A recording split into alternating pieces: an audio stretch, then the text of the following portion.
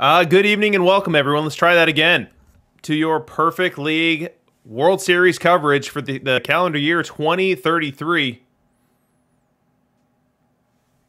I'm your host, DRC. I'll be your color commentator and I'll be your good buddy as we watch what's going to be and what promises to be one heck of a World Series tonight.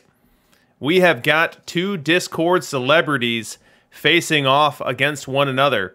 We've got the Edmonton Whales, captained by Fabtron, going up against the Cartier Cutthroats, who are run by Seagram99. So, I can't say that we've had one of these types of World Series yet so far this game cycle. So I'm very excited to see what types of folks turn up tonight here for the stream. See if we don't have even more drama than we've had the first couple of weeks through the Perfect League World Series. But I'm very excited about this one. Battle of the Whales, as Chaston Ruin says. Battle of the Whales. So how you guys doing tonight? What's good this weekend? What happened this weekend that you're excited about, that you're happy about, that was fun? Anyone go to the lake? Anyone do anything super fun? Let's see it in the chat. But while you guys are telling me what's good, I'm going to tell you what's good about these teams that we're looking at. And we'll start with the Cartier Cutthroats. So as we always do, we will traverse some high-level statistics here, and we will try to ascertain what really makes this team tick. What makes this team as successful as they have been, and how is that going to inform what we expect to see in the Perfect League World Series? And so as we start with Seagram's Cartier Cutthroats, we look at run scoring, and we see that they're a run scoring machine. 847 runs over the course of the season. That's a very high mark. Good for second in the conference. And then as you look at run prevention, incredible as well. 672. This is the closest a team has gotten to a plus 200 here in the Perfect League World Series that we've seen so far. So what does that put him at, around 175 or so? Very impressive Pythagorean record here for Cartier Cutthroat. And then we look at defense, and we see they're the number one defense in the league from zone rating, okay? But number 12th in the league from defensive efficiency. So what could be underpinning that? When we see big deltas here, what does that typically mean? Now the answer is that we typically see a stadium build that has some quirkiness to it. And with Cartier, there's no exception there. So we'll check that out here in just a second.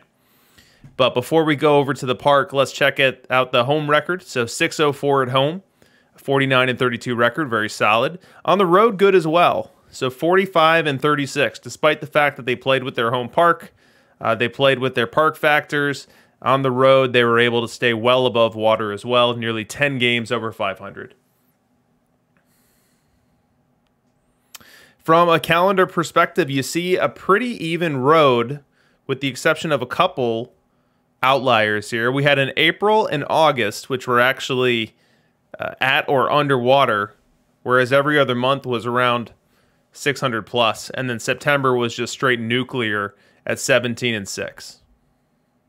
So very solid season from Cartier. Let's check out that ballpark that we were mentioning a moment ago. And so we see that this is a high BABIP park. We see that the average for lefties and righties are both inflated. Goes to 1.05. Halfway in between neutral and max.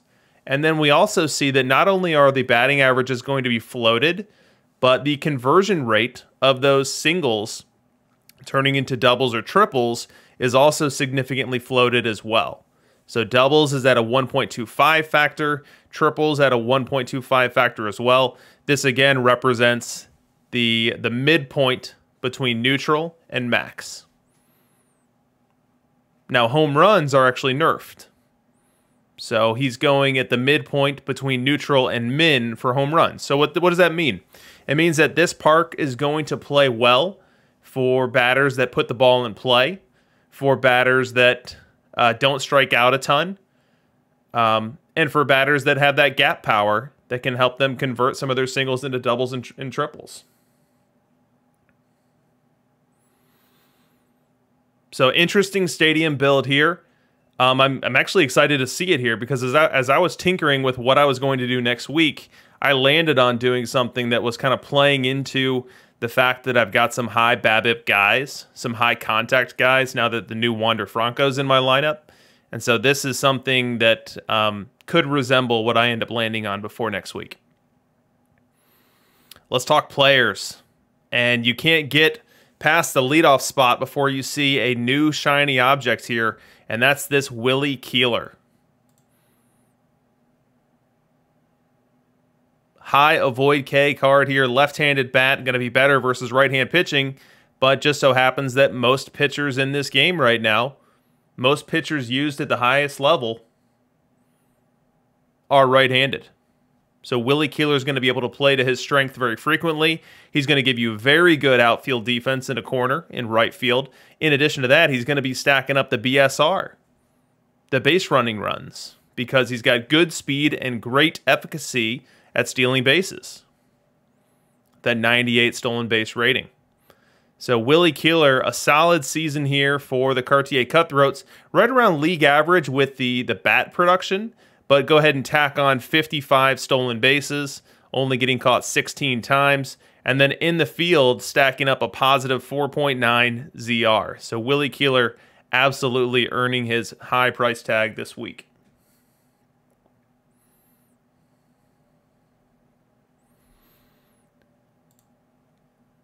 But first time that we've seen Willie Keeler on the stream, so exciting to note. Also, first time we're seeing Wander Franco.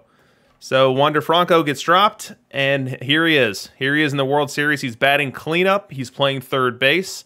And then for Cartier in 50 short games, he had a monster campaign. 856 on the OPS, nearly hitting 300, hit 10 bombs in limited action. Playing right around league average defense as well, third base.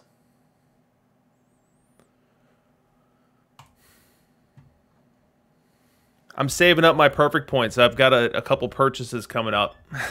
I've been stacking. I've been stacking them. All right, what else do we see here? We've got Deacon White. Deacon White, a card that frankly has been flying below my radar, but for Cartier, Deacon White, absolutely a monster. 892 on the OPS here, 138 OPS plus. And then in 49 games here, it stole 23 bases as well. So Deacon White, absolutely a monster in terms of defense. Cartier not really putting him out in the field. 8 games at first, 2 games at third. So more often than not being DH'd, but Deacon White absolutely performing well as well. Now looking at the other positions and the other decisions that we see perfect team managers looking to have to make, he's got Bill Dickey at catcher, being platooned with Roy Campanella, the Negro League card, Roy Campanella. Ned Hanlon out and left, Dave Bancroft at short. So what you see here is a lineup full of guys who hit the ball. A lineup full of guys who don't strike out a ton, with the sole exception of Oscar Charleston here. Really playing to the park. High BABIP guys, high contact guys, playing in a park that's going to reward them for it.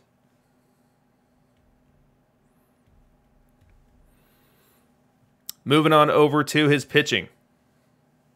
What do we notice here? We've got Jerry Royce, so one of the more whaley left-handed starting pitchers.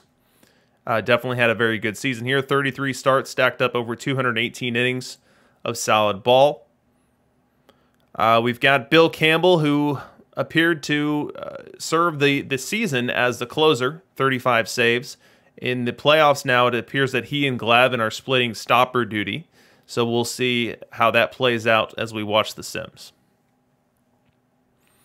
Cartier's path to this point. So a difficult division series against the Snails.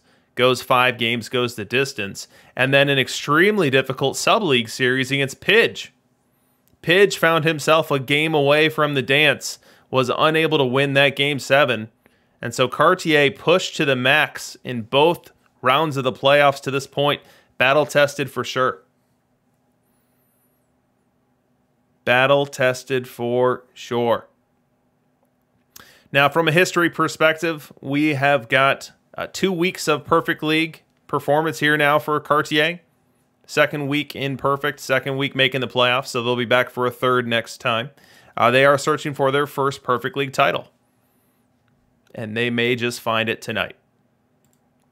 Now, opposing Cartier in the Cutthroats will be the Edmonton Whales, captained by Fabtron7.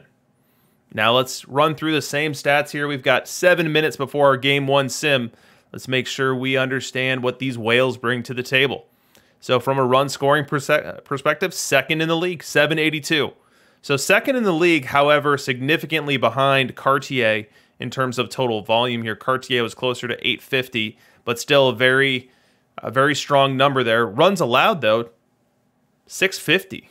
Good for third in the conference. So these are two teams performing at the top end of the spectrum for both runs scored and runs allowed in their respective conferences. So the Edmonton Whales cooking at a 132 run differential here to the positive. Defensively, the Whales are kind of in the middle of the road. We've got a near 0.7 defensive efficiency, which is kind of where we want to live, there or better. From a ZR perspective, zone rating perspective, a little bit worse than that. So I'd say a good, not great defense here for Fabtron.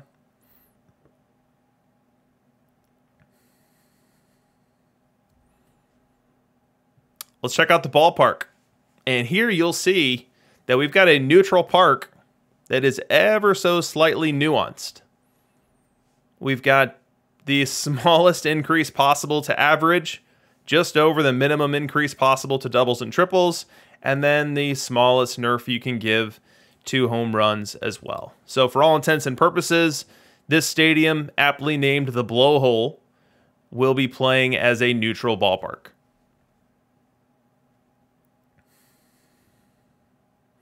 Let's check out the team. Let's check out the build. All right, so we've got another new Wander here. So new Wander siding this one, batting 5th, not 4th. In 42 games, Wander was right around a league average bat for Fabtron. And then defensively, actually stacked a little ZR at third base. Filled in a couple games at shortstop as well. We've got a George Sisler. So we have not seen Sisler in a Perfect League World Series yet this year. We will here today and tonight. And George Sisler in 423 plate appearances was right around league average. But he did put up 45 stolen bases, only getting caught 11 times as well.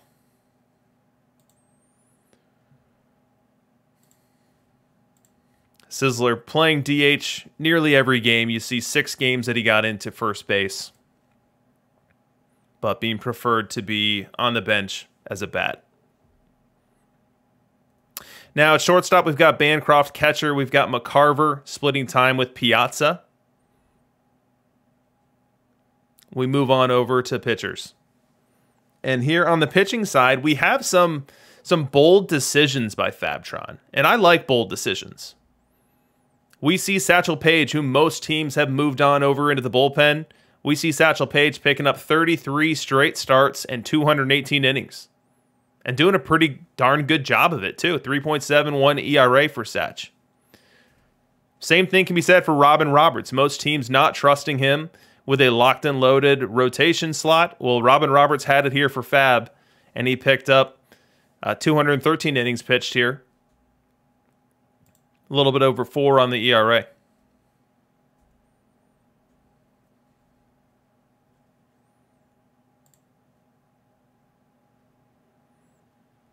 What else do we see here? So we've got Tommy Glavine as a swingman. So 25 starts for Glavine, 15 relief appearances. So some active management there. Fabtron putting his Glavine in spots to be successful. Here in the playoffs, we have Glavine in a rotation spot. We'll see if it sticks that way. And then in the bullpen, we have Joe Nathan at closer. A lot of people shirking away from him because of that low movement. But Fabtron got a great season out of him, 2.7 ERA. 29 saves on the year for Nathan. We also see Aroldis Chapman. Many teams have moved on from Aroldis, given his low control, given his a little bit messy observed statistics, as you see in the bottom right-hand corner of your screen here. Aroldis Chapman cooking around a 5 ERA in perfect league play over the last 3 weeks. But Fabtron able to get a sub-4 ERA season out of Chapman as a left-handed specialist.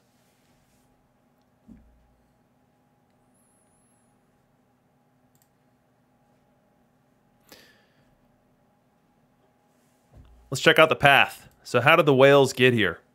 Well, the Whales, they had a tough fight on their hands with the Iowa Cornfield Rejects in the division series, pushing them to 5 games, coming out victorious, and then got to catch a bit of a breather in the sub-league series, only needing to go 5 games with a gentleman's sweep over the Cheetahs.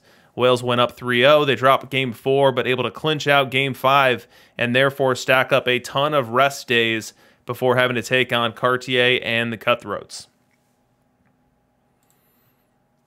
From a history perspective, this is Fab's first week in Perfect, therefore first chance at the Perfect League playoffs and first chance at the Perfect League World Series. So, these are the teams. These are the teams, and typically I ask you guys who's going to win and in how many games. But how about today we make it a little bit cooler and we do a straw poll. We'll organize our results a little bit. So click on the straw poll. Hopefully when you get there, it'll ask you who's going to be champion and how many games are they going to do it. And we'll let that run for a minute. And then we'll look at the results before we check out Game 1 Sim.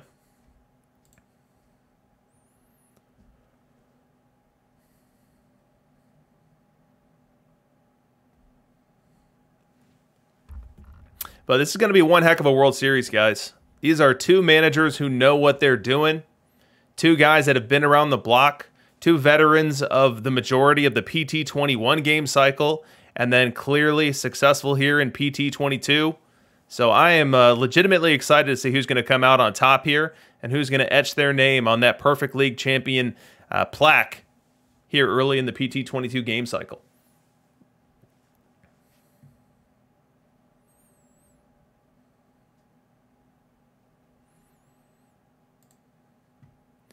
All right, let's check out how the results are coming in. Ooh, they're starting to stack up right now. We'll let that run for another minute as I retrieve our Game 1 sim.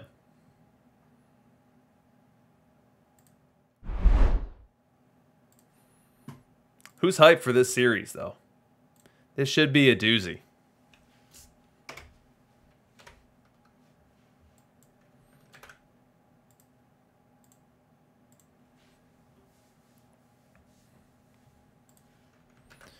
All right, let's see if Game 1 is sitting there waiting for us.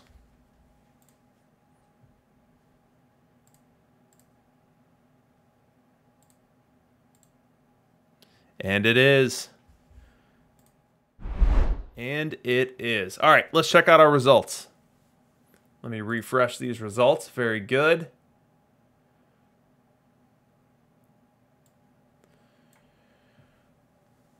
All right, I'm going to slide this on over into the screen. This is what we're looking at.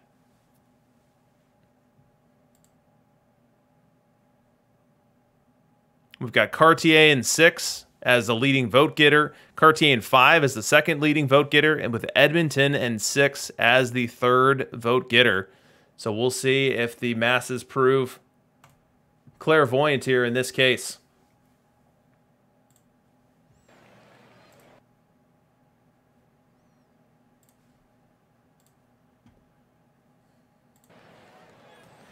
All right, let's get it started here, and we're playing in Cartier first. Now, we know that Cartier plays in that high BABIP, low home run ballpark, so we should be expecting some base runners this series, and we should be expecting some extra base hits that stay within the ballpark. Now, we might not see a lot of home run ball, but we could still see some high-scoring games. Cartier will send out Cy Young here to pitch in Game 1, and the first batter he's going to face is Jackie Robinson.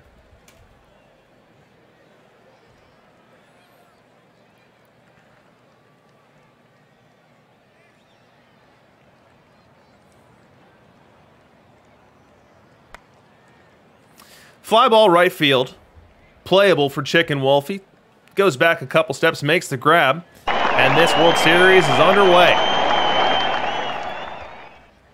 Fast forward top 2 now. Edmonton Whales back on the highlight machine, and they've got a little bit of a rally cooking here. We've got Oscar Charleston at second, George Sisler at first base, and up comes Dave Bancroft, the switch-hitting shortstop.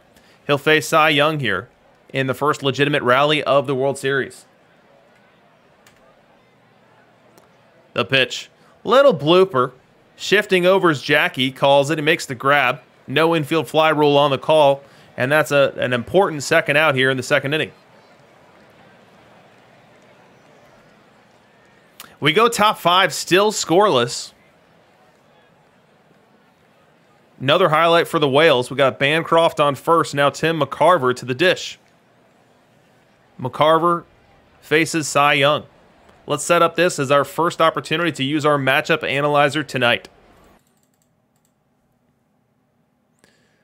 We set up with Cy Young versus left-hand pitching versus Tim McCarver.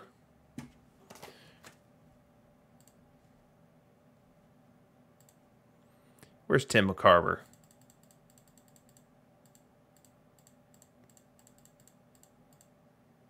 Tim McCarver versus right. And now why is Cy Young missing, I wonder? Technical difficulties on the matchup analyzer. Give me a second to figure out what's going on with my slicers, which are preventing me from having Cy Young on there right now. There we go.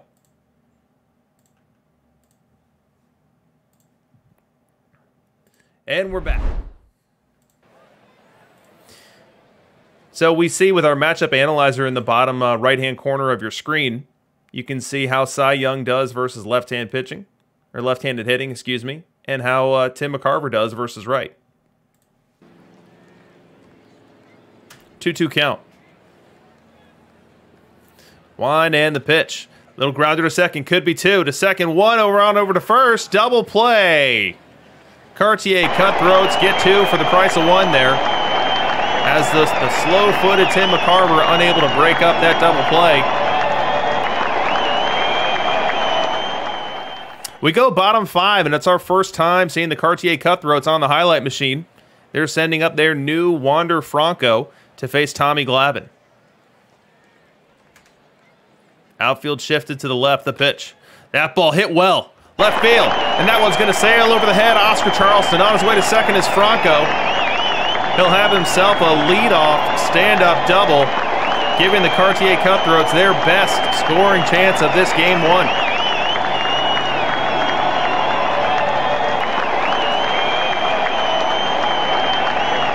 Roy Campanella takes the plate after Chicken Wolf retired without moving the runner over. 2-2 count on Campanella. Crowd on their feet, look hungry for action here, and they get it. Campanella rifles this one down the left field line, around third, and scoring is Wander Franco. Sliding on to second with an RBI double. Breaking the stalemate is Roy Campanella.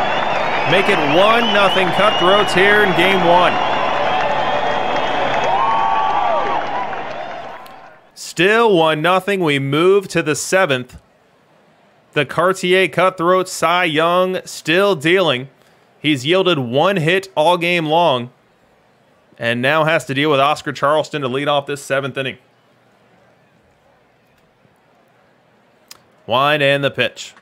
That ball belted deep left field. Heading back is Raines, and he will watch it fly. Oscar Charleston sends it into the left field seats. An absolute mammoth blast.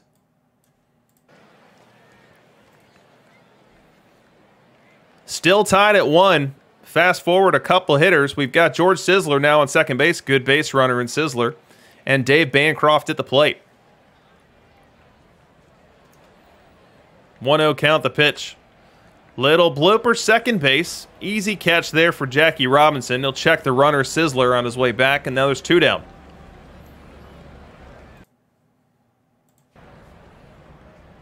Top 7, Tim McCarver. Will now be the last chance for the Whales to score here. Wind in the pitch. Little grounder up the middle. Going to be a tough play here for Andrelton Simmons, but he grabs it, fires on over, and that will end the inning. No runs, here for the Whales, and this will remain 1-1 as we move on. Oh, we get a 7th inning stretch here.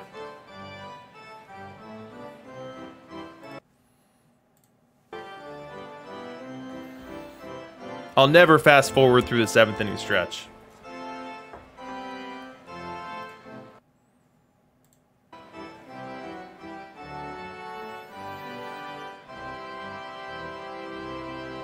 So top 8 now, still tied in this one. Now the Cartier Cutthroat Cy Young absolutely dealt a gem today, only touched up by the Oscar Charleston opposite field home run, but he departs the game. Into the game comes Tom Glavine. Now remember, we looked at that Cartier bullpen before the series and we saw that Glavine and Bill Campbell were sharing stopper duties. So into this one comes Glavine. It looks like his first hitter was Tim Raines, now his second, Jackie Robinson. He'll look to keep this one tied and give the Cutthroats an opportunity to take the lead in the bottom half. The pitch. Line drive up the middle, base hit. Jackie Robinson splits it up the middle, just out of the reach of the second baseman, Jackie Robinson, and he's now aboard with one away. Pete Rose, Don Mattingly due up. Tense moment here in game 1. Pete Rose, next batter. He's worked a 1-1 count.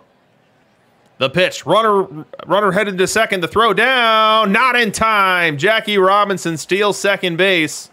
Campanella struggled a little to get it out of his glove. By the time he fired it down onto Jackie Robinson, unable to apply the tag in time. And now the Whales have a runner in scoring position. 1-2 count on Rose.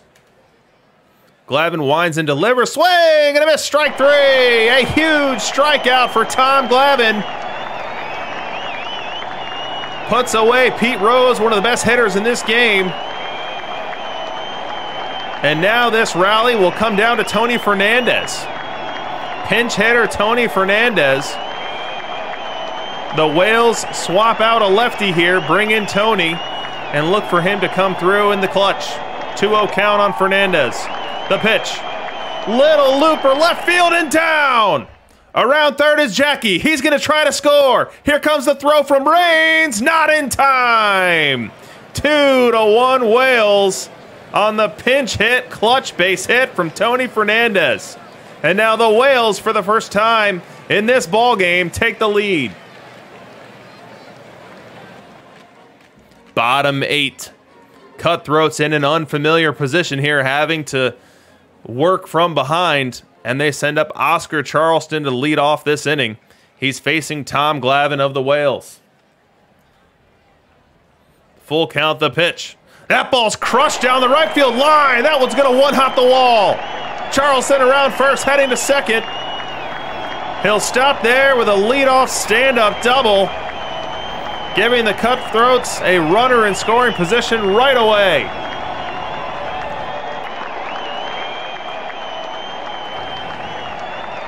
Next batter, Andrelton Simmons. Let's see if he might lay down a bunt here or play this one cautiously just to move Charleston over. Simmons not known as a great hitter. We can look at his numbers. Here's Simmons.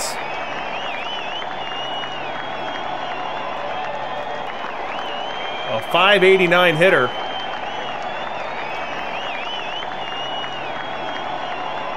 Glavine pitches. 0-1. The pitch. Grounder to second base. Easy field for Jackie Robinson. Easy pitch and catch to retire Simmons, but the runner does move on over to third base. So Charleston now 90 feet away, representing the tying run. And it brings up Tim Raines. Tim Raines will bat with a fully shifted infield. 3 defenders to the left of second base, as they are all pulled in as well, trying to make the play on Charleston, a good and fast base runner at home plate. The pitch. Fly ball center field playable. In comes Charleston, makes the grab on a dive. Now he will not be able to get to his feet and make the play at the plate. So a great play to record the out, but nothing was going to prevent Charleston from tagging and scoring. And so now we're tied at 2 here late in game 1. The fans love it.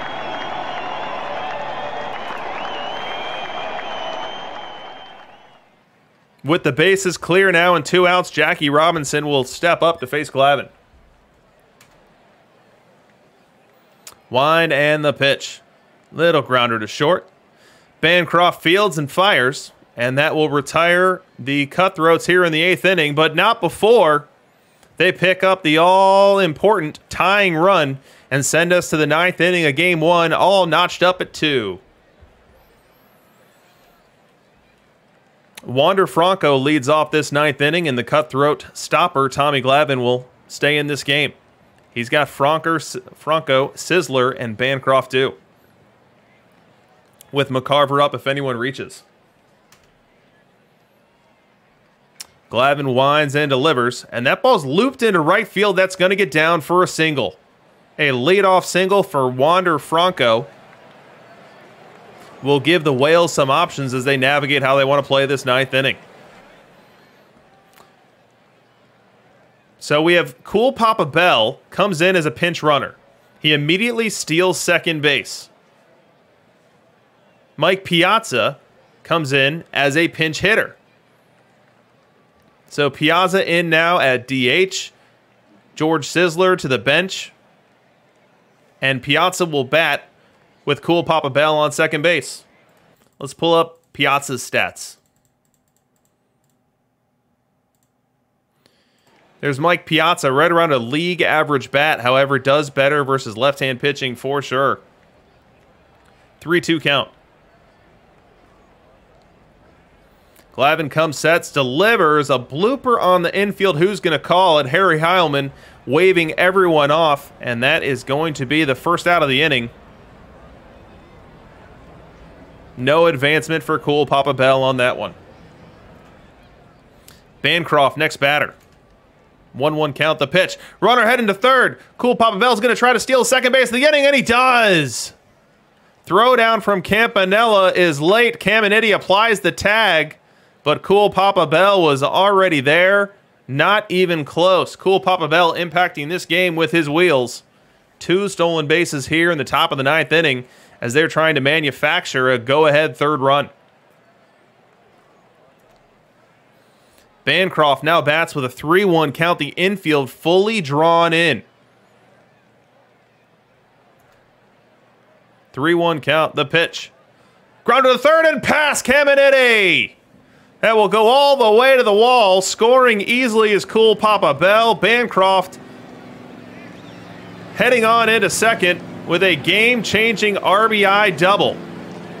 Now, does that ball get through if Caminiti is not pulled in? We'll never know. But Caminiti ranged to his right, unable to grab that one.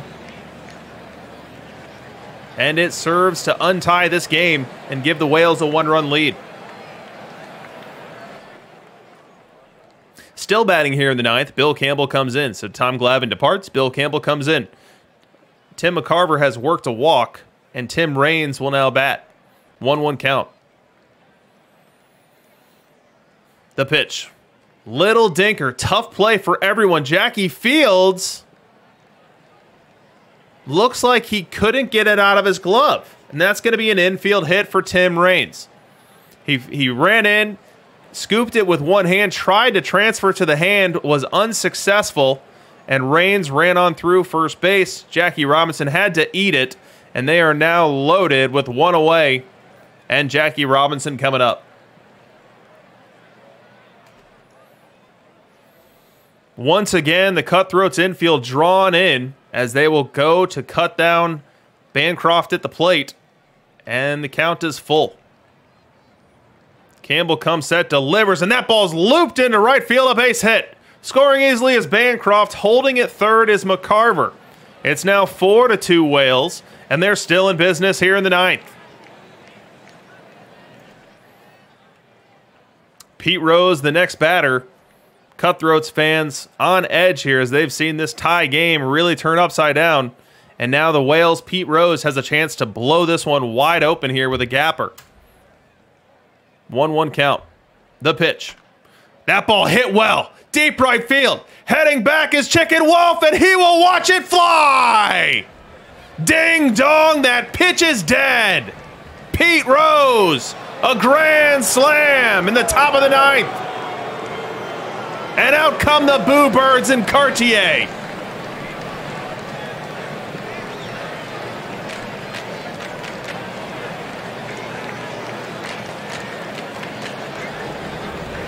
Unbelievable turn of events here in Cartier as this 2-2 game has flipped on its head. It is now 8-2. And the Cutthroats find themselves down to their final strike. Campanella at the dish. He'll face the Wales' Tom Glavin.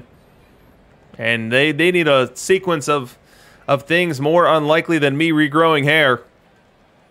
2-2 count on Campanella. Wind and the pitch. Little grounder to Jackie at second. He'll pick it, throw it on over to Heilman, and that's going to do it. The Edmonton Whales come into Cartier and steal game one in what's going to look in the box score like a game that was a whole lot less close than it was. But the Whales have stolen home field advantage, and now they play with house money as we shift our focus to game number 2. Let's go to the box score. Here in the box score, we'll see a couple of pitchers really getting it done. The Cartier Cy Young, 7 innings, 3 hits, a couple of walks, only giving up 1 run, and it was that 1 run, that opposite field home run from Oscar Charleston that served to tie the game in the first place. On the other side of the field, Tommy Glavin goes the distance, 122 pitches for the Edmonton Glavin. A little bit of hero ball there for the Whales. Now, the Cartier bullpen saw both stoppers get into this game, which is never good. If you've got a couple of stoppers, you want one to go in game 1 and help you win it, and then you want the other to go in game 2 and help you win it. Well, they've got the worst of all worlds here. They had Glavin and Campbell go in game 1. Both pitched 30 pitches, which is going to nuke them both out from game 2 availability and lose the game, seeing both of them get absolutely crushed. So the Cartier bullpen lets this one slip a bit. We'll see if Glavin and Campbell not being available in game 2 ends up biting them.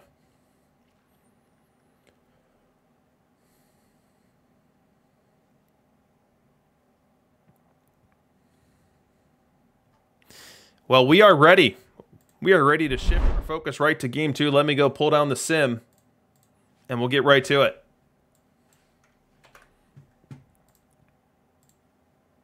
Whenever that road team wins game 1, they've got a huge opportunity going into game 2. Absolutely nothing wrong with losing it and heading back with a sweep, which was the goal you set out with to begin with. But if you can come back leading 2-2 or 2-0, that's a game changer right there. Series doesn't start till the home team loses, and this series is well underway now.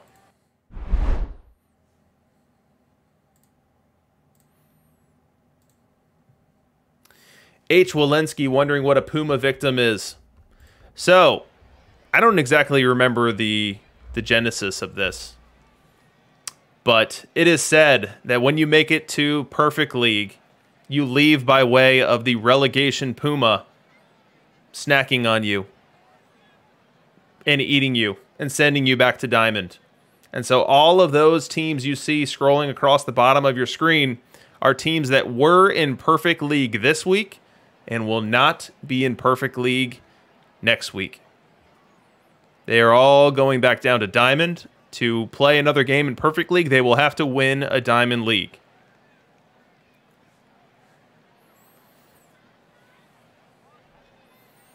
Dishnet, you got it backwards, man. The home team's supposed to win. Series doesn't start till they lose. And let's see if Cartier Cutthroats can avoid that here in game 2. They'll send Smokey Joe Wood to the mound. And they'll face a lineup of a number of hitters that are going to be batting left-handed. Jackie Robinson, the only true righty in the lineup. So Smokey Joe Wood with his work cut out for him.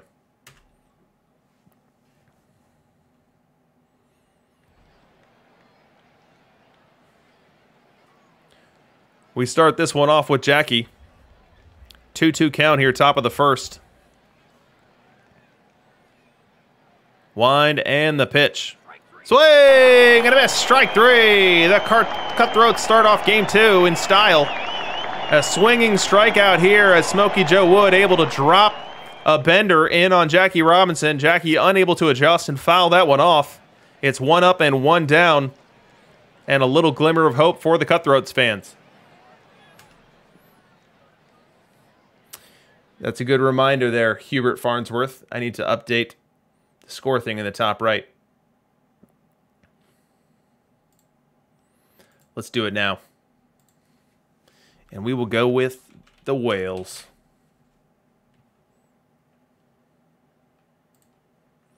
Whales win game 1. Now, who's going to win game 2? Let's go to the top of the second here. Another highlight for the Whales with their Wander Franco batting against the Cutthroat Smokey Joe Wood. 1-1 count here. 1 away in the second, the pitch. That ball belted deep right field. Gone! Wander Franco hits a hang 'em and bang 'em curveball into the first row of the right field bleachers.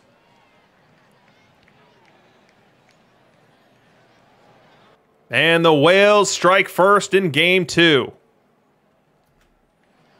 We go bottom 5. First chance for the Cutthroats on the highlight machine, and they'll send up Oscar Charleston to face the Edmonton Whales Cy Young. 1-2 count on Oscar, the pitch. That ball hit well on the left field line. It's going to go to the wall. Charleston around first, heading to second. He'll get there without a play.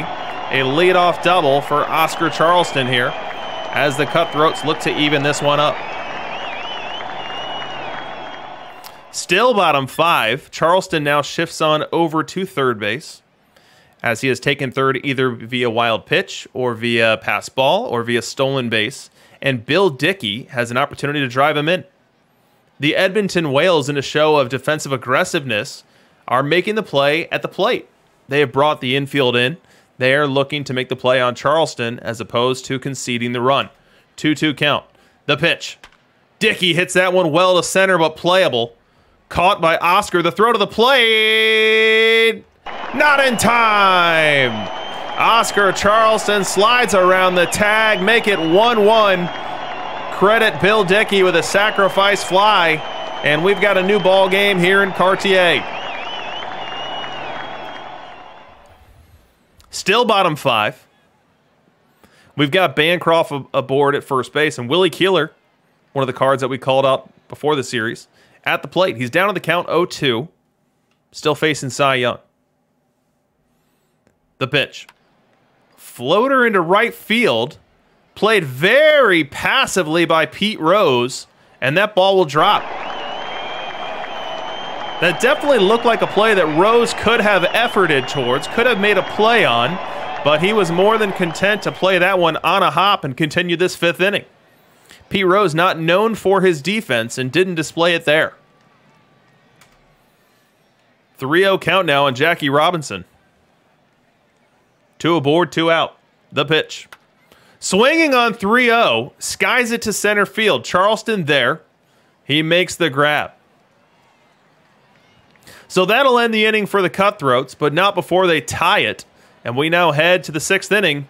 Knotted up at 1. Top 6.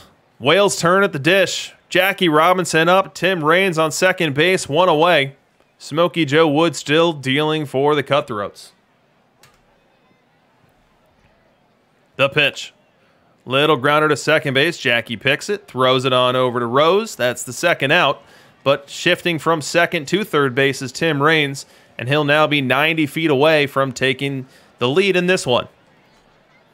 Pete Rose has the chance to drive him in. Pete Rose, a great contact hitter, and this is a ballpark designed for him. Really accentuating the positives of the contact hitter, the gap hitter, and playing down the benefits of the power hitter. Let's see if Pete Rose comes through here in the 6th.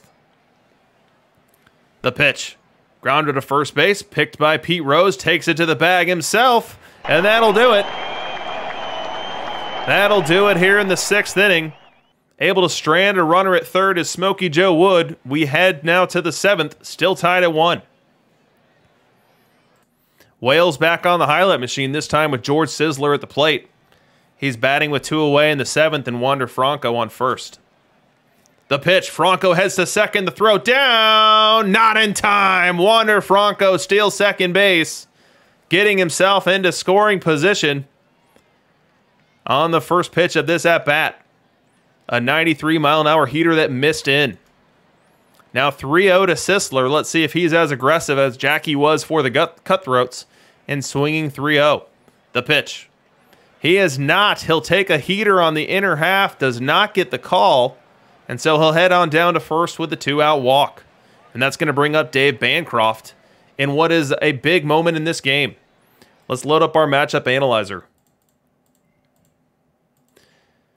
Dave Bancroft stats in the bottom right corner of your screen. Let's also load up Smokey Joe Wood. So Bancroft, not known for his hitting. He's in the lineup because he's a great defender at shortstop, but he is a switch hitter, and he does make a lot of contact. And in a ballpark like this, he'll likely outperform his global numbers. Now, Smokey Joe Wood, you see his stats there, more or less a league average pitcher all the way around. So here, top 7, crowd comes to their feet, looking to end this rally for the Whales.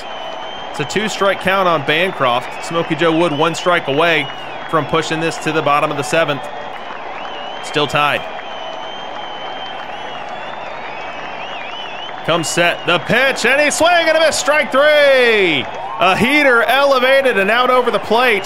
Bancroft unable to get a piece of it, and that's going to end the threat here in the 7th. So we head to the bottom of the 7th, still tied at 1. Bottom 8 now. Still tied. Cutthroats send up Willie Keeler with 1 out. Keeler's worked himself a 3-0 count advantage. The pitch. Taking all the way is Keeler and missing is Cy Young. The original starter of this game. Cy Young still pitching here in the 8th inning. He has now walked Keeler, a good base runner. And a good base runner on display here as Willie Keeler has stolen second base. He's put himself into scoring position, and Jackie Robinson and Pete Rose will have a chance to drive him in, setting themselves up to steal game 2. The pitch. Grounder to short. Fielding is Bancroft. Throw on over to first in time. That's the 2nd out. Keeler frozen at second base, unable to advance on the play. Now the last hope here, Pete Rose, and that's going to bring the Cutthroats faithful to their feet. Looking for Pete Rose to find pasture out there anyway, anyhow. A dink single, a ground ball base hit down the line. A 1-hopper to the wall. They'll all score the go-ahead run. Let's see if Pete Rose can come through here in game 2. The pitch. Swing and a miss. Strike 3. Cy Young drops an eephus pitch, a 70-mile-an-hour curveball. And Pete Rose unable to slow it down and foul that one off. Swings through it. It ends the threat in the 8th and promises us a knotted ball game as we head to the 9th inning. Here in the 9th inning, we'll get the Edmonton Whales Pete Rose. He has a chance to do something here, facing Smokey Joe Wood. Wind and the pitch, fly ball center field. Taking a couple steps to his left as Oscar Charleston puts the squeeze on it. That's 1 up and 1 down. Now 2 outs in the inning, and up comes Oscar Charleston. The Cutthroat faithful, as they want to do, come to their feet, supporting their home team, supporting their Smokey Joe Wood on the mound. He's facing a tough customer right now in Oscar Charleston. Oscar Charleston, a powerful hitter, someone who can absolutely change the complexion of a game with one swing of a bat. And here in a tie ball game with 2 outs and nobody on, that's probably what Charleston's thinking about in the batter's box. 1-2 count on Charleston. Smokey Joe winds. The deliver. Grounder to short. Picked up by Bancroft. On over to first in time, and that will end the inning for the Edmonton Whales. 3 up, 3 down for Smokey Joe Wood, and we will head to the bottom of the 9th. Still knotted at 1. Bottom 9, leading off this one is Wander Franco. He'll face Joe Nathan. Now, we called out Joe Nathan before the series as someone that is not trusted in late games for a lot of perfect teams. Now, Fabtron trusted him all season long, and Nathan rewarded him with a very good season. Now, Fabtron trusting him to get this game to extra innings. He'll have to go through Wander Franco, Deacon White, and Oscar Charleston. Let's see how he does. 0-2 count on Franco. Nathan winds and delivers. Blooper right field and down. Pete Rose plays that one conservatively as well. Plays it on a hop, and that's a very dangerous base runner here. Wander Franco representing the end of this ball game, representing the winning run, now aboard with a base hit to right field. Fans on their feet for Deacon White now. 1-0 count on Deacon White. Let's see how much data we have on him. Here's Deacon White, and look at those numbers. It's a very, very small sample size, so don't get too excited here. I can almost guarantee you he won't be anywhere near there as the sample size grows. But this is showing you that in small supply, Deacon White has been a huge hitter in Perfect League with an 863 OPS. 1-0 count. The pitch. Hit well. Center field. Heading back is Charleston. He looks up and it's gone! Deacon White! A walk-off homer in Game 2! And the Cutthroats tie the series at 1. Fireworks in Cartier.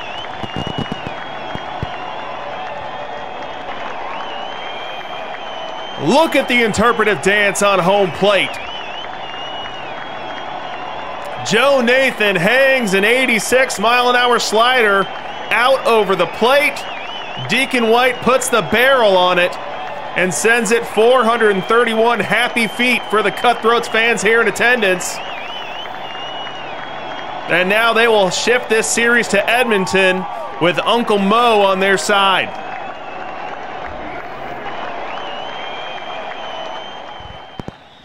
Fireworks in Cartier.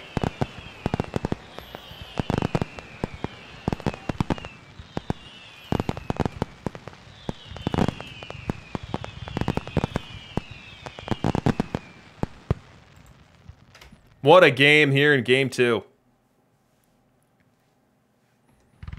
I deserve some more fireworks. You get a walk-off home run, you're getting triple the fireworks.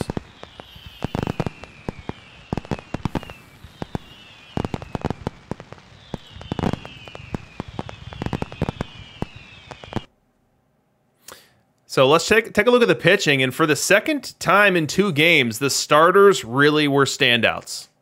So far, we've seen 4 starters between these 2 teams in 2 games, and every single one of them has done their job, and then some.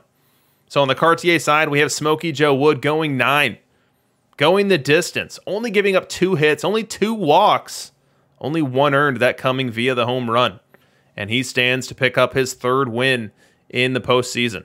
On the other side, we have Edmonton. Cy Young was great. He went 8 innings, gave up 6 hits, only 1 walk, only 1 run. Handed it on over to Joe Nathan in the 9th, and Joe Nathan quickly gave up a Wander Franco bloop base hit. You could argue that Pete Rose maybe should make that play, maybe not.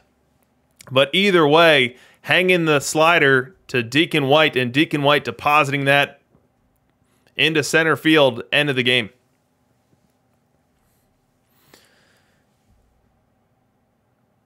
Ended the game. So where do we stand on this one? We've got a 1-1 series, and we are shifting. We've got a travel day. We'll head on over to Edmonton. We'll get into Canada. I don't know where Cartier is. Where's Cartier? Is that a real place? Is that fictional? I don't know. But we'll head on into Canada, if we weren't already there. We'll get to Edmonton. And we'll see what Fabtron has in mind. Now, as we shift from stadium to stadium, the Cartier Stadium is very much a high BABIP ballpark, and we are leaving those confines. We are leaving that run-scoring environment. We are heading to one which is as neutral can be. So maybe we'll see slightly more home run ball. Maybe we'll see slightly less in terms of singles, doubles, triples.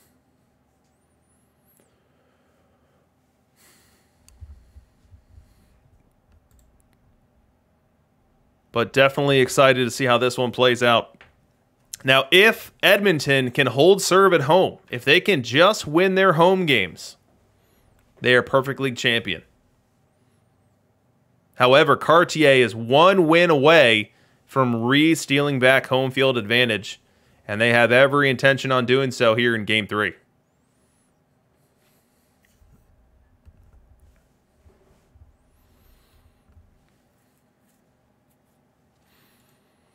So let's take a look at some data. We've got 7 minutes to kill here.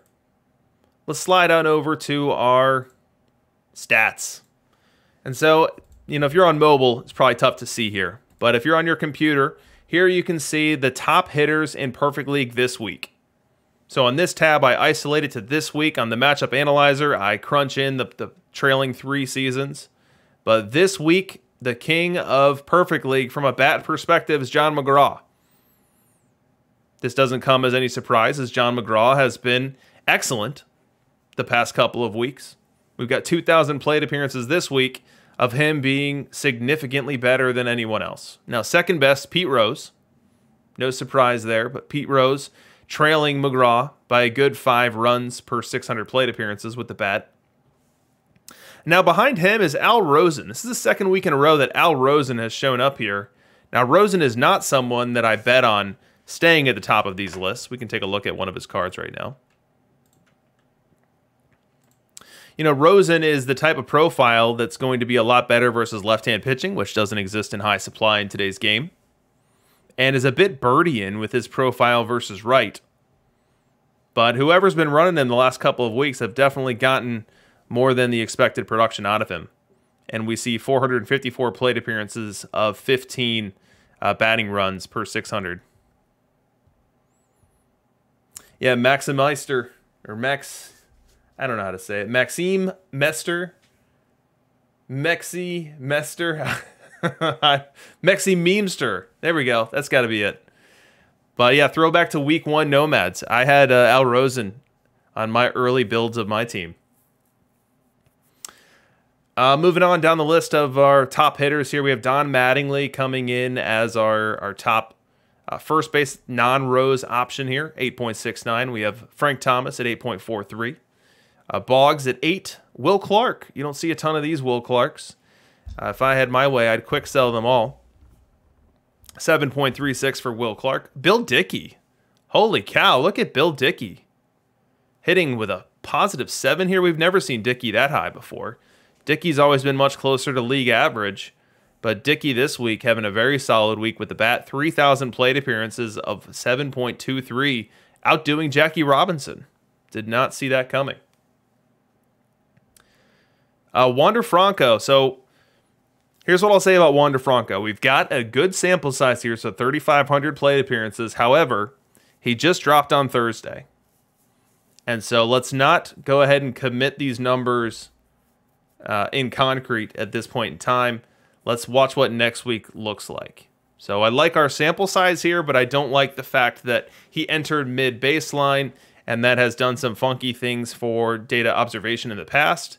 So we'll hold off on proclaiming that this is where he belongs, but it's definitely a good first indicator for where Franco could potentially land, which is above the Enos Slaughter line, well above the Adrian Beltre line, which is the job that he's vying for on many organizations and many teams. You don't see Beltre anywhere near here. Let's go ahead and slice to third base and see where Beltre shows up. Okay, so this is split to just third baseman. And you see that Beltre registers in at 18 runs worse with the bat than Wander Franco. Now, Beltre will be better with the glove. Let's get a little comparison going here for you guys. So let's get Adrian Beltre. Let's get Wander Franco. So we'll skip over batting ratings because we're seeing the stats. Let's go to defensive ratings. So Adrian Beltre is a better defender. Now, range identical here, but error better for Beltre, arm better for Beltre, turn double play ever so slightly better. So Beltre is going to prevent more runs in the field. I'd stop short of saying it's going to be a material amount, and especially if we're looking at a run-scoring environment with the bat of an 18-run delta, there's no way that Beltre's defense is going to make that up. So Wander Franco would absolutely be the better option at the position. And then you also need to take into account that from a base running perspective, and so we will... Where's base running? Did I just miss it? Here it is. From a base running perspective, Adrian Beltre an absolute zero, a huge double play threat when he's batting. And Wander Franco is not going to be Tim Raines on the base paths, but he's also not going to be a zero. We just saw him in the last game steal a base. So Wander Franco can steal the occasional base. Not horrible in that respect. Also not a bad bunter if you're into that sort of thing. How does Caminiti stack up? So Ken Caminiti, we see him here. In observed statistics, Caminiti hitting better than Beltre. Let's see if we can get a comparison here from a defensive perspective. So Caminiti, and then we'll compare him to Beltre.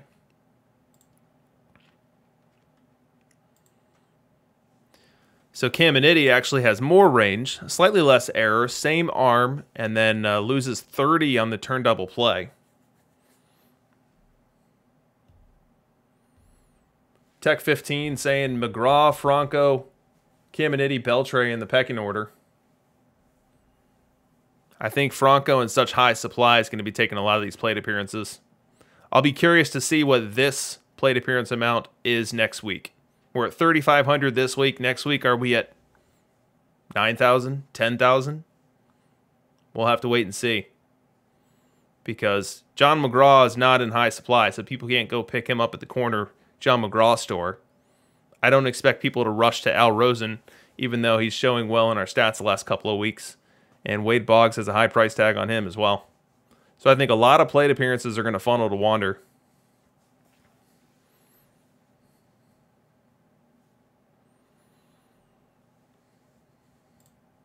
All right. It is time to shift our focus right back to the series. The Game 3 sim going to be coming in here any second now.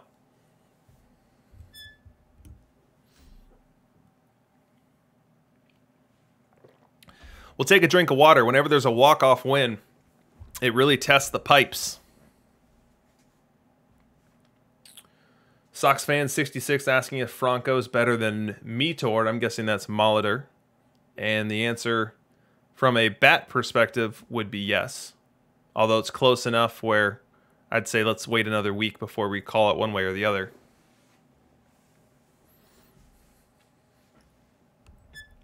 Yeah, Teddy O, the John McGraw store has really short hours. Really difficult to get in there. There's a wait list. There's a cover charge. A very significant cover charge. All right. Let's pull down our new sim here.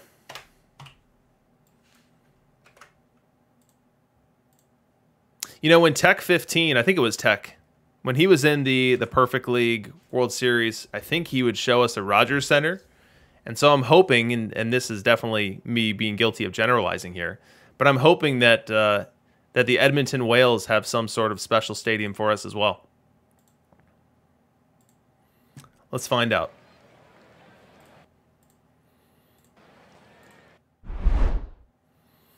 Spoiler.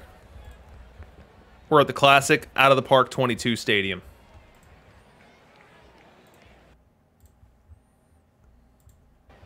And we've got Adam Wainwright going for the Edmonton Whales. We're starting to see some hot and cold icons showing up in the Cartier Cutthroat box score. Not so much on the Edmonton side, at least as of yet. But Wainwright's going to get this game 3 started versus Willie Keeler.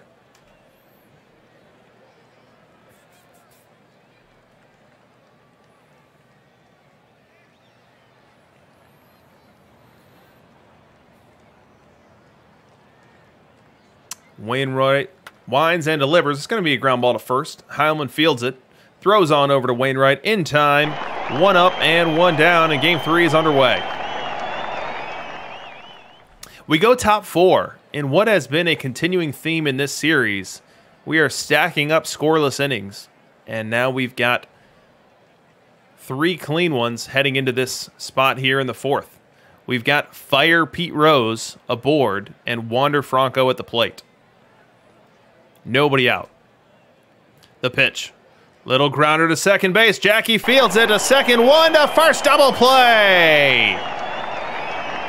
A twin killing served by the combination of Jackie Robinson, Dave Bancroft, and Harry Heilman on the put out there. And he races what was a leadoff Pete Rose aboard for the Cutthroats. A little something for the Whales fans to cheer about. We now go bottom 4, and Jerry Rice into this game. Royce, excuse me. Jerry Rice plays a different sport, I've heard. But Jerry Royce will face Ken Caminiti. 2-2 count. The pitch. That ball belted. Deep left center. Gone. Out of the stadium. Ken Caminiti clears the bleachers. This ball is bounding down a street in Edmonton. 434 happy feet for the Whales fans here in attendance. So we get some fireworks going for that. Caminiti turns around a low 90s heater. Royce tried to beat him on the inner half. Didn't quite do it. Caminiti turns the hips and deposits that one into the night.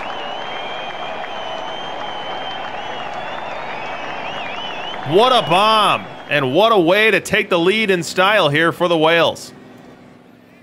We go top 6. Leading off this one for the Cutthroats is Dave Bancroft. 3-1 advantage in the count. The pitch. Checks the swing. They appeal down to third base.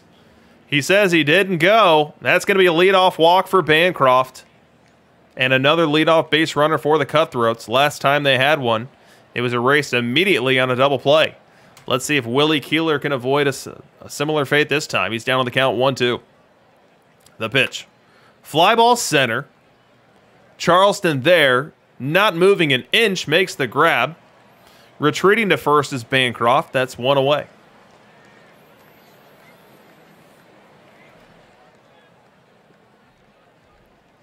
Top 7. Deacon White up to the plate. Now, Deacon White is a popular man in Cartier right now for that walk-off homer he dealt in game number 2, but enemy number 1 here in Edmonton, receiving his fair share of boo birds right now as he's down on the count to Wainwright, 1-2. Wind and the pitch. Line drive, base hit down the left field line. That's going to go to the wall. Deacon White around first. He'll head to second. He'll stop there with a stand-up double. And hearing even more boo birds here in Edmonton. Oscar Charleston to the dish. Down on the count 1-2. The pitch. Swing! And a miss, strike 3.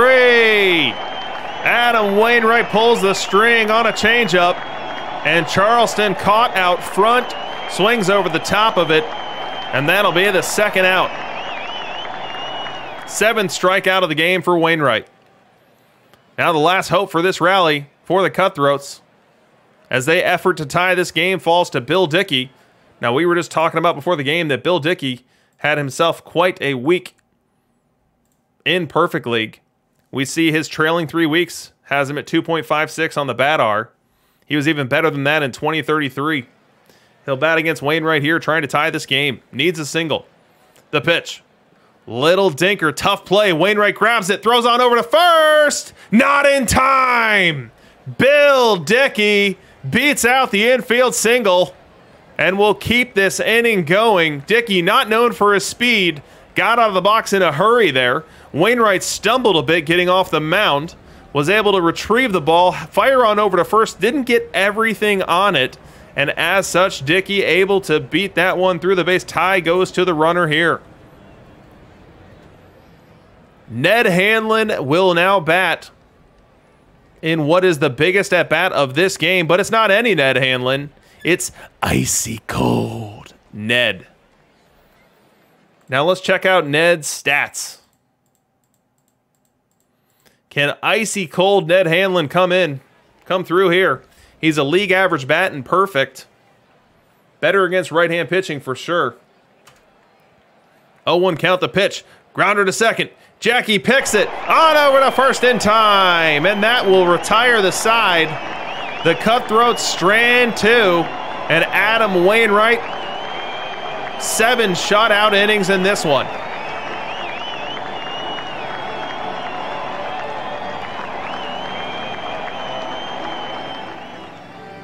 Seventh inning stretch time here in Edmonton. Icy cold Nedina.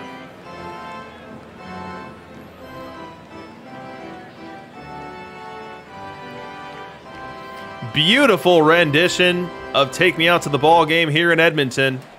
And let's move to the top of the 8th. So nothing doing for the Whales, bottom 7. We go top 8. Wainwright still in this game, trying to avoid yielding a leadoff runner here to Dave Bancroft. Bancroft up on the count, 3-1. Wind and the pitch. Ball 4. Wainwright didn't like the call, but nothing he can do about it now. Bancroft now aboard, representing the tying run. We're late in this game. Let's see how the Cutthroats decide to play this one. They send up Willie Keeler, and Dave Bancroft takes off for second. Bancroft steals second base. Not known as a huge base stealer, but Bancroft now in scoring position. And the pressure ratcheting up here in Edmonton on Adam Wainwright. His shutout performance to date is now threatened by the top of the Cartier Cutthroat order and Dave Bancroft in scoring position. 2-1 count the pitch.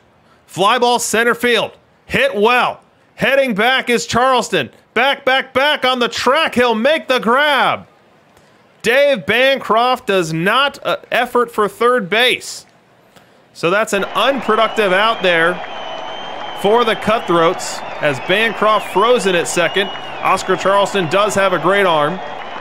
Was able to fire that one in quickly to the cutoff man and keep Bancroft frozen. Next batter up, Jackie Robinson. He's worked himself an advantage in the count as well. 3-1 count. Wainwright comes set and delivers, and he has walked Jackie Robinson. Now 2 aboard. Only 1 out. How much more rope will the Edmonton Whales give to Adam Wainwright here? He's been downright dynamic, but are we in range to get the bullpen involved? The answer, at least for now, is no. As we have Pete Rose coming up. Pete Rose, we saw the stats a moment ago. The second best hitter in all of Perfect Team. You see the green as a Christmas tree stats in the bottom right corner of your screen. And he's facing Adam Wainwright. Advantage to the hitter here for sure. 1-1 count on Rose as this game has gotten interesting in a hurry. The pitch. Fly ball, right center field, hit well. Giving chase is Charleston, and he reaches up and can't get it. That ball's out of here. Pete Rose hits it into row number 2. Oh, and by the way, and shame on you guys for not catching this, that wasn't any Pete Rose. That wasn't just any Pete Rose. It was Fire Pete. 3-1 now to the Cutthroats. Adam Wainwright, dynamic all day long. Finally runs out of gas here in the 8th inning. Gives up a couple of free passes. And then Pete Rose puts one into the seats. We now go top 9. Cartier looking to add. They're in the business for insurance runs. Aroldis Chapman into this game. Wind and the pitch. Little dinker up the middle. It's going to find pasture. Oscar Charleston bloops a base hit versus Aroldis Chapman. And now the Cartier Cutthroats have the leadoff man aboard. We go bottom 9. And into this one comes stopper Tom Glavine. Now, who here remembers Game 1? Game 1 saw both stoppers for Cartier get absolutely trashed. Glavine got crushed. Bill Campbell got crushed. And now into this one, with the game on the line, trying to protect a 2-run lead, Cartier is going to Glavine. They're going to Glavine, and he's going to face a cavalcade of right-handed batters. He's got Heilman, Piazza, Caminiti on deck. Raines and Franco if anyone reaches.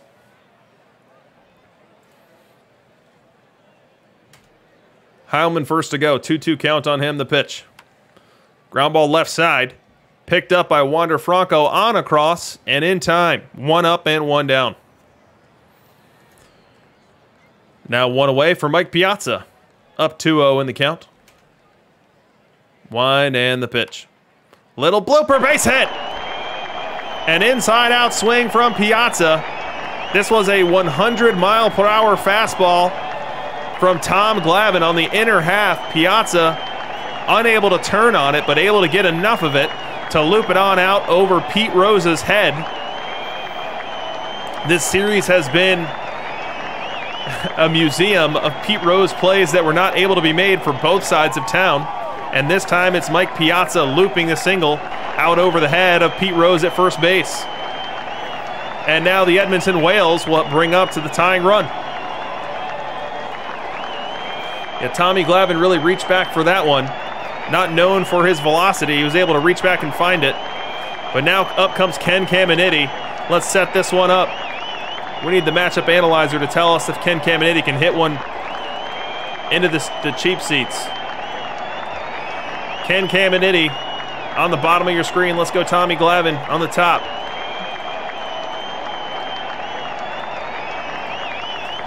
So Caminiti, 420 slugging percentage. Tells you that he visits the bleachers from time to time.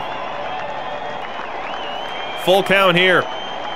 Fans on their feet in Edmonton looking for a late game surge. The pitch. Little grounder, fielded at catcher, throw to second, 1 on the first double play! And that'll do it! The Cartier Cutthroats win Game 3. Ken Caminiti with a little excuse me tapper out in front of the plate. Bill Dickey pounces on it, grabs it quickly, fires on down to second base where Dave Bancroft was waiting. Bancroft fields it, fires on over to Rose quickly. Now, Ken Caminiti did not get out of the box quickly. As a right-handed batter, given that Glavine was on the hill, as well as the fact that it was a check swing, had him very slow out of the box. So once Dickey was able to get the lead runner at second, it was a fait accompli that Caminiti was going to be doubled up, and this game was going to end.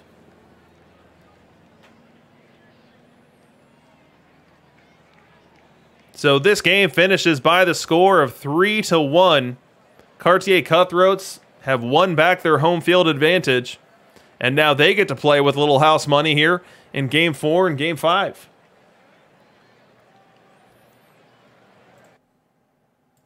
We'll go ahead and give Cartier Game 3.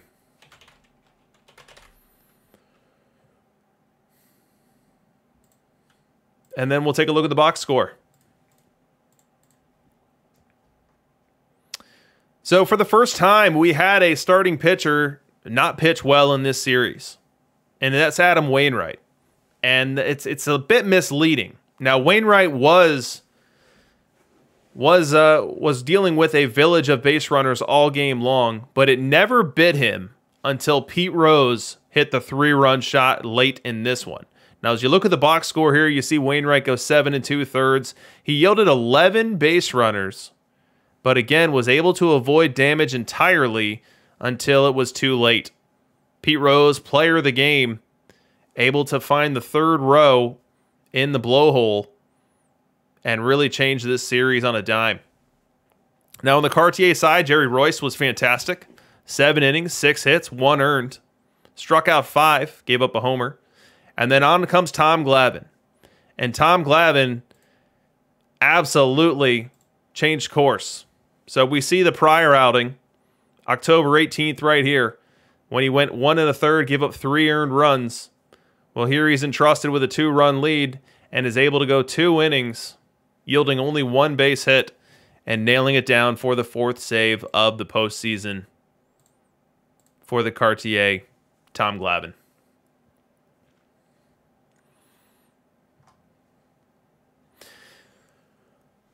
Pond 26-535 saying Wainwright's still a quality start, and he's absolutely right. It's just that in this series, the bar has been raised. When your opponent's going 7 or 8 or 9 and giving up 1 or 2, giving up 3 is just not an option. And so we've seen only quality starts in this series. So 3 teams, each sending out 2 starters or a starter each game. So 6 different appearances, all quality starts. Adam Wainwright stands out as the worst.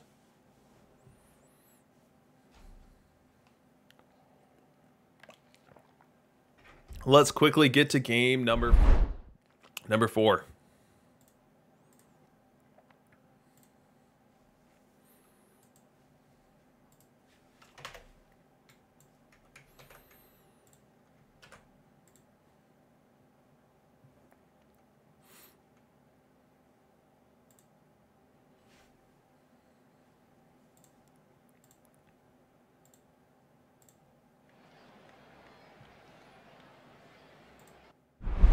Here we are, back in Edmonton.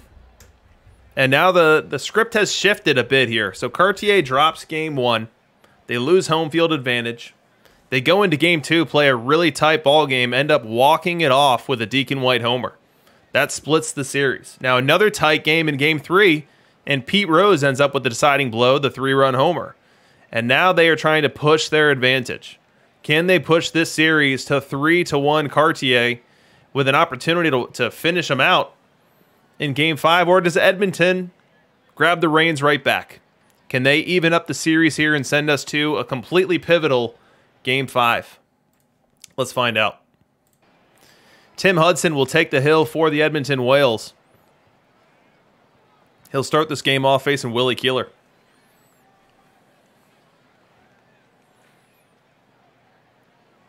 Wind and the pitch. And that ball's hit well into the right field gap. Willie Keeler around first heading to second. He will stop there. That's a leadoff double for Willie Keeler off of Tim Hudson. An inauspicious start here for the Edmonton Whalers.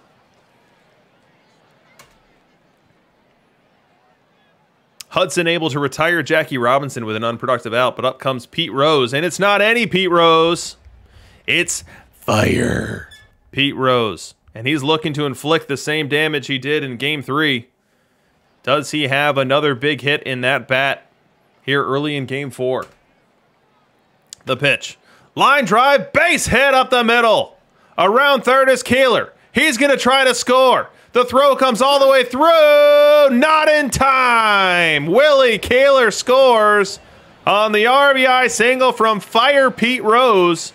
The gift that keeps on giving for the Cutthroats. Make it 1-0 here early in Game 4. Still top 1 now. Fire Pete Rose at third base as Deacon White steps up. 1-1 count on Deacon. The pitch. Deacon grounded to third base and through. Wander Franco ranges to his right. Can't get it. It's going to end up being a slide-in RBI double for Deacon White. And it's now 2-0 Cartier. Pushing that advantage early on. Bottom 2 now. Time for the Whales to get in on it. Their first offensive highlight of this game. They send up Oscar Charleston facing the Cutthroats, Tim Hudson. He's got a 2-0 advantage on him. Wind and the pitch, and that ball's crushed. Deep left field. Back goes Hanlon. That ball's out of here. Oscar Charleston, 5th home run of the postseason, bringing out the fireworks in Edmonton. This cuts the Cutthroat lead in half.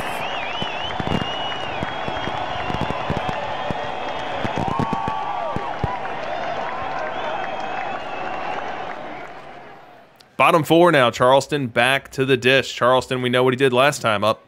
Oppo Taco time versus Timmy Huddy. What's he going to do for an encore? 1-0 count here.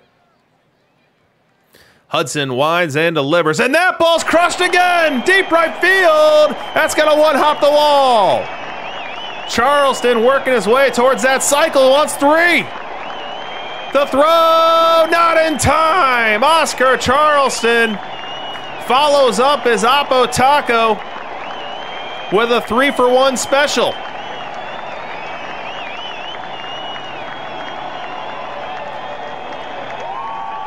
A little rally out of nowhere for the Whales here in the 4th. Charleston does not end up scoring. We go top 5. And it is time for the Cutthroats on the highlight machine. They've got Dave Bancroft aboard to lead off this inning, and up comes Willie Keeler. The pitch. Keeler grounds to Jackie. Jackie to short. 1 to first, double play! A twin killing for the Edmonton Whales. It goes Jackie to Bancroft to Mattingly. 4-6-3. And they erase the leadoff base runner.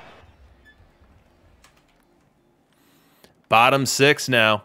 Whales with the tying run, or not tying run, the second run, 90 feet away, as we've had an off-camera run for the Cutthroats. Cutthroats now leading 3-1 in this game, 3-1. And Oscar Charleston's at the plate. So Oscar Charleston, his first at bat, dinger to left. Second at bat, triple to the right field corner. Now what's he going to do in this third at bat? The Whale fans want to find out. And the Whale fans are on their feet, wanting to see him take that next step towards the cycle. The pitch. Grounder, tough play. Bancroft charges, cannot make the play. It's an infield single for Oscar Charleston. Rose comes in to score on the play. Charleston now just a double shy of the cycle with an infield RBI single here. We go top 7. Cartier still leading, looking to add here. They're facing Tim Hudson still for the Whales. Wind and the pitch. And that ball's hit well right field. Getting a bad jump on it is Pete Rose. Looks like he's running in quicksand out there. Jackie around first, heading to second. He's not going to stop there. Jackie now heading for third. The throw coming all the way through will be late. That's a 2-out triple for the Cartier, Jackie Robinson, taking advantage of Pete Rose in right field. Now he does not come around and score. We go bottom 7. Edmonton playing from behind. Wander Franco steps in. 2-2 count on him. Wind and the pitch. Little blooper, base hit. Wander Franco starts off the 7th inning with a blooper single to center.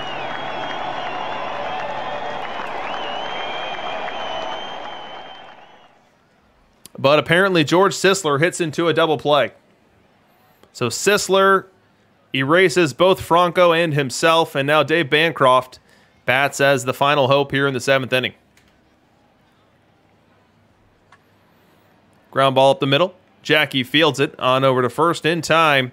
That's going to do it for the Whalers. 3 up and 3 down. And we head on to the 8th inning with the Cutthroats leading 3-2. Top 8. Hudson still on the mound for the Whales. The pitchers in this series have gone unbelievably deep in every game. And that continues here in this one. Franco faces Hudson. Top 8. Wind and the pitch. Ground ball up the middle. Diving stop by Jackie. Unable to corral it. Let's see what they rule it. They ruled an infield hit for Wander Franco. That was a tough play. He absolutely smoked it. Jackie ranged to his right.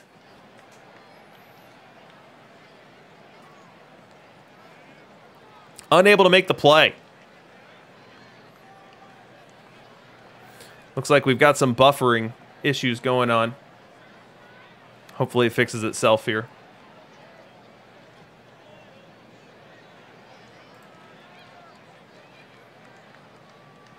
We'll let it catch up for a second.